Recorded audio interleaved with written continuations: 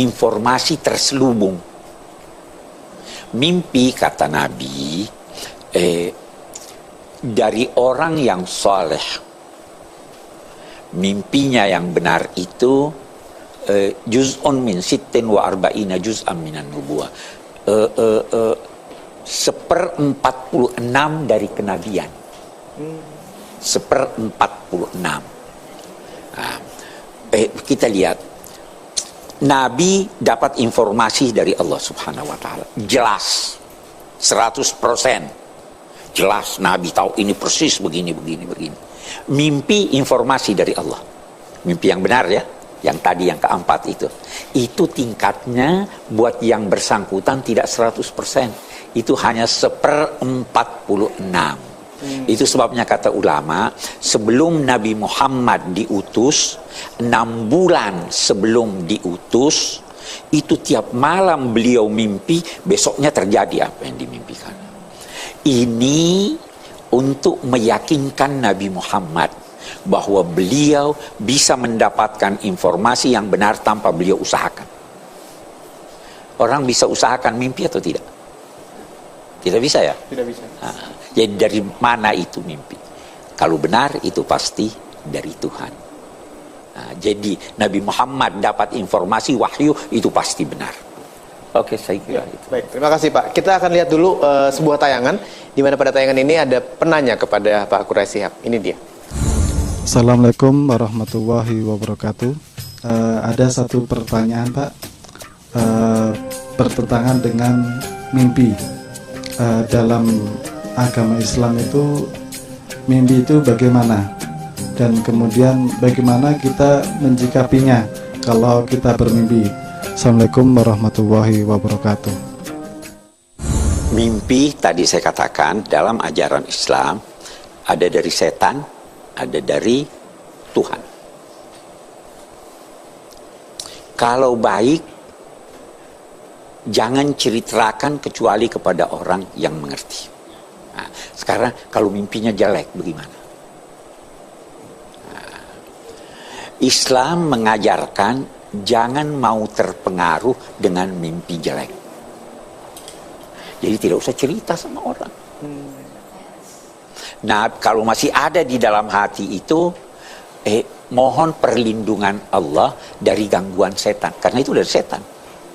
Nah, itu antara lain Nabi mengajarkan bertiuplah ke kiri dan ke kanan, auzubillahi minasyaitonirrajim, sambil meniupkan tanpa mengeluarkan ludah. Intinya apa? Tanamkan di dalam hati bahwa itu nggak benar. Karena kalau Anda anggap benar, mempengaruhi kegiatan Anda. Iya kan? Makin susah. Udah, serahkan pada Allah. Ini dari setan. Kalau baik, optimis. Karena hidup itu sangat dipengaruhi oleh perasaan Anda. Iya kan? Oh, ini jelek nih, sudah nggak bisa apa-apa tuh. Singkirkan dia jauh-jauh. Ini nggak benar. Kalau baik, tangkap dia. Wah, ini bagus nih. Itu tuntunan Rasul menyangkut mimpi. Saya kira itu. Menyambut dari pertanyaan tadi Pak Quraish, saya sebenarnya masih punya beberapa pertanyaan, tapi saya tahan dulu karena kita sudah waktunya untuk break ya. Kami akan segera kembali, Anda jangan kemana-mana, tetap saksikan Tafsir Al-Misbah. Mimpi tampak satu sosok berkata, saya Tuhan. Sudah cukup kamu beribadah, tidak usah lagi ibadah. Terima kasih untuk Anda yang masih terus menyaksikan Tafsir Al-Misbah, merupakan rangkaian dari program Ramadan di Metro TV, Rahmat Semesta Alam, dan langsung pada segmen kali ini saya akan berikan kesempatan untuk ibu-ibu di sini yang sudah hadir untuk memberikan pertanyaan pada Pak Quraish, ibu-ibu dari Majelis Ta'lim Al-Kamilah dan juga Anissa. Ya, ibu dulu. Assalamualaikum warahmatullahi wabarakatuh. Waalaikumsalam warahmatullahi wabarakatuh. Saya Hajah Haryati Dedi dari Majelis Ta'lim Al-Kamilah Kaum 1 Karawang. Tadi Bapak Quraish menjelaskan bahwa Al-Quran itu sangatlah mudah untuk dipelajari. Namun dilanjutkan dengan menyampaikan pula bahwa yang mempersulit adalah ulama. Bagian mana ulama mempersulit untuk mempelajari Al-Quran? Demikian pertanyaan saya. Terima kasih. Wassalamualaikum warahmatullahi wabarakatuh. Waalaikumsalam. Waalaikumsalam. Itu tadi yang saya katakan, bahwa ada seorang ulama besar di Mesir, pembaharu, namanya Syekh Muhammad Abduh. Beliau mempelajari kitab-kitab tafsir sebelumnya. Dia katakan ini mempersulit. Kenapa?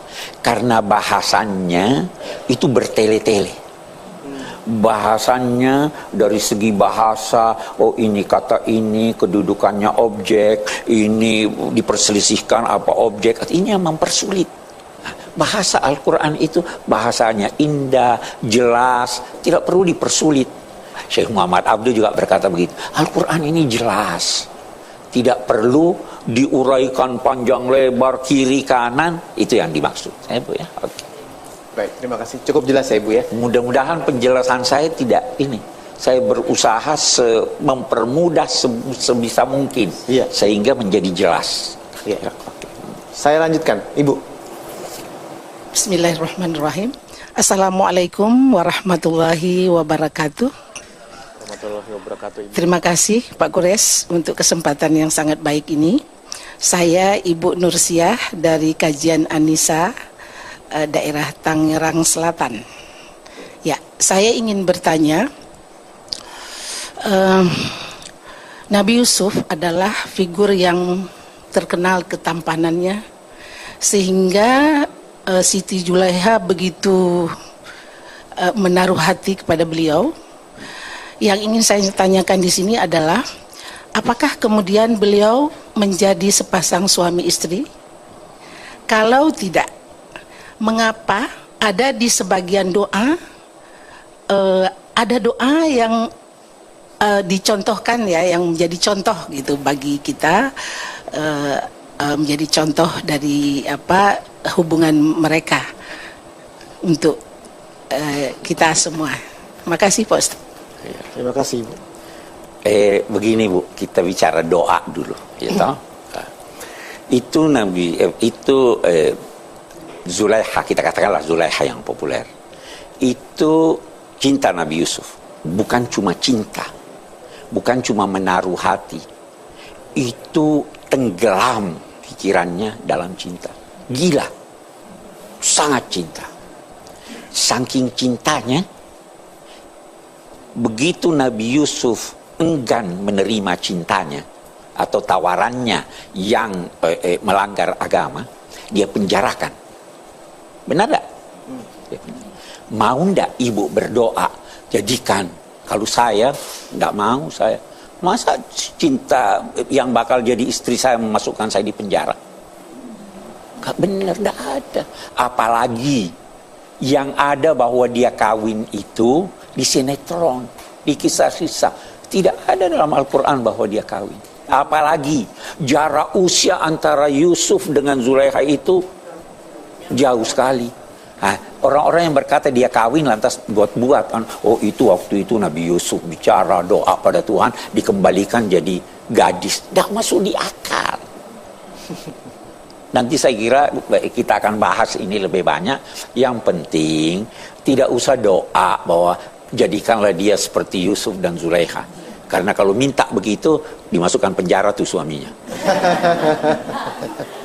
Banyak doa, jadikan dia seperti Nabi Muhammad dan istri-istrinya, Sayyidina Ali dengan Sayyidina Fatimah, banyak yang ini. Ngapain harus Yusuf dan Zulaikha? Iya, baik. Cukup jelas jawaban dari Pak Kurais. Pertanyaan berikutnya datang dari saya, tadi membahas mengenai mimpi, Pak Kurais. Ya, kan mimpi untuk manusia ada 4 hal. Tapi 2 yang saya mau bahas di sini, mimpi yang datang dari Allah, dari Tuhan, sama datang dari setan. Apakah ini terjadi pada semua orang? Ya, bisa terjadi pada semua orang. Pernah dalam riwayat, pernah seorang yang sangat dekat kepada Allah dikenal, Syekh Abdul Qadir Al-Jailani, mimpi tampak satu sosok berkata, saya Tuhan, sudah cukup kamu beribadah, tidak usah lagi ibadah. Syekh Abdul Qadir Jailani yang mengerti. Dia Nabi Muhammad aja Anda disuruh berhenti ibadah, apalagi saya. Nah, jadi ini mimpi dari setan yang justru terjadi pada orang yang dekat pada Allah. Apalagi yang tidak dekat pada Allah, kemungkinannya itu ada. Nah, sekali lagi saya ingin katakan, itu sebabnya sebelum tidur berdoalah dijauhkan dari setan. Jangan dia datang mengganggu Anda dengan aneka mimpi. Ya kan, itu kan anjurannya baca ayatul kursi, baca ya itu yang kita tahu semuanya. Anak-anak kita harus ajar itu. Oke. Ya, baik, terima kasih Pak Quraish. Kita akan break dulu sebentar, tapi masih ada kesempatan untuk bertanya, masih ada waktu kita juga untuk mendengarkan apa yang akan diceritakan oleh Pak Quraish Shihab. Anda jangan kemana-mana, kami akan segera kembali di Tafsir Al-Misbah. Pak Prof, saya ingin bertanya mengenai arti mimpi 11 bintang, matahari, dan bulan dalam mimpi Nabi Yusuf. Sekian, terima kasih.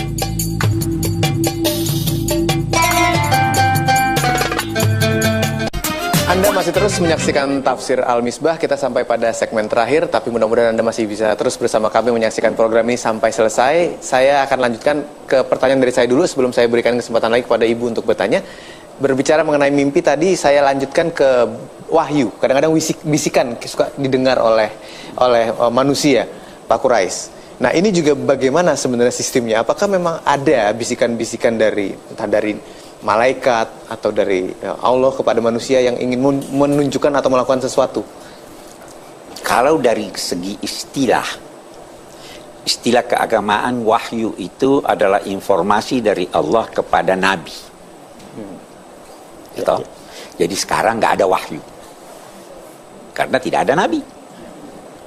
Siapa yang berkata dapat bisikan dan menganggap dirinya wahyu Nabi, itu bohong. Itu satu prinsip. Nah, yang kedua, wahyu juga itu berarti isyarat yang cepat. Isyarat cepat begitu, itu namanya wahyu dari segi bahasa. Dia bisa berupa ilham, bukan wahyu. Bisa didapati oleh setiap orang. Nah, kalau dia baik, itu kita namakan bisikan malaikat. Kan ada istilahnya hati nurani, bisikan hati nurani. Itu malaikat yang membisikkan Anda. Mau lihat contohnya, ada sesuatu barang di jalan, Anda ambil, berlian. Ada yang bisik, ambil, mumpung gak ada yang lihat. Setan. Ada yang bisik, kesiannya yang punya ya, cari, kembalikan. Malaikat yang berbisik. Itu ada bisikan-bisikan semacam itu. Ada orang sekarang dalam masyarakat kita mengaku dapat bisikan-bisikan. Kita mau lihat bisikannya apa. Oh, bisikannya kiamat akan datang. Bohong. Ya, mengaku ketemu malaikat Jibril. Bohong. Jadi itu ada. Anak ini bisikan dari setan. Tapi kalau ada mendorong Anda buat baiklah sama si A, itu yang Anda marahan sama dia, berbaik-baiklah kepadanya, itu bisikan malaikat yang mendorong untuk kebaikan. Saya kira itu bisikan. Sederhana dan indah sekali, Pak Quraish. Terima kasih.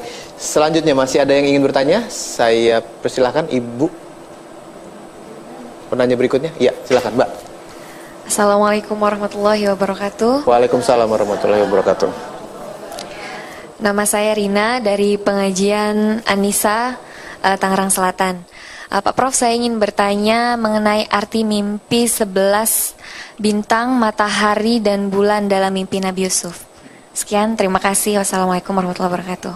Waalaikumsalam warahmatullahi wabarakatuh. Itu nanti pada akhir surah diuraikan bahwa pada akhirnya Nabi Yakub bersama saudara-saudara Nabi Yusuf dan ibu tirinya, karena ibunya sudah meninggal toh, itu datang ke Mesir, disambut hangat oleh Nabi Yusuf, dan mereka semua memberikan penghormatan pada Yusuf.